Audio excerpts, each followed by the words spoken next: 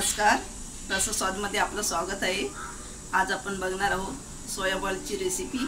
त्यासाठी लागणारे साहित्य बघूया। 1 वाटी पोहे, कोटिंगसाठी ब्रेड क्रम्स, 2 बॉइल्ड बटाटे आणि हे सोया चंक्स आहेत। 10 मिनिटं पाण्यामध्ये बॉईल करून घेतलेत आणि त्याचं पाणी काढून घेतलंय।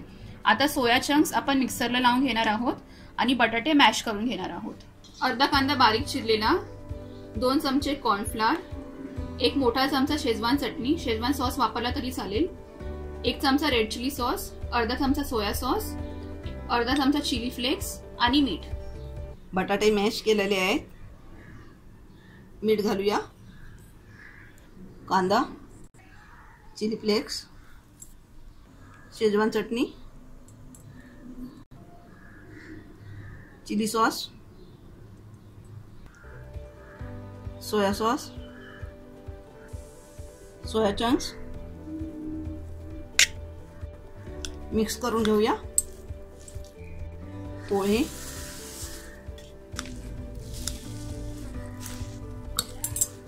सगळं साहित्य आपलं मिक्स करून चांगलं झालं आहे। आता आपण ह्याचे बॉल्स करून घेऊया। हाताला तेल लावून घेतलंय।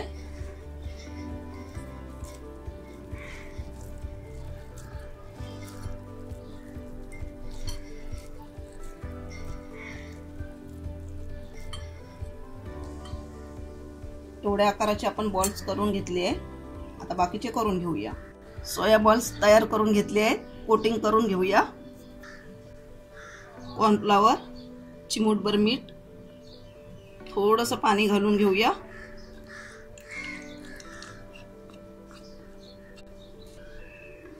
एवढं आपण कोटिंग पातळ करून घेणार आहोत। बॉल्स कोटिंग मध्ये डिप करून चांगलं घेऊया आणि आता हा ब्रेड क्रम्ब मध्ये मिक्स करून घेऊया चांगलं असं। अशा प्रकारे आता आपण सगळे करून घेऊया। सोया बॉल्स रेडी आहे। फ्राय करून घेऊया। 2 चमचे तेल घातलं आहे, तेल तापलं आहे। आता आपण बॉल्स सोडूया आतमध्ये। मंद आचेवर आपण करायचं आहे, नाहीतर ते पटकन बाहेरून करपून जाणार नाही, आतमध्ये शिजणार नाही। 1-1 मिनिटाने आपण हे असे परतून घेणार आहोत। ब्रेड क्रम्ब मध्ये आपण काळे तीळ घातले आहेत। मंद आचेवरती 6-7 मिनिटं झाली आहेत। आता आपण हे काढून घेऊया। सोया बॉल्स आपले बनवून तयार आहे।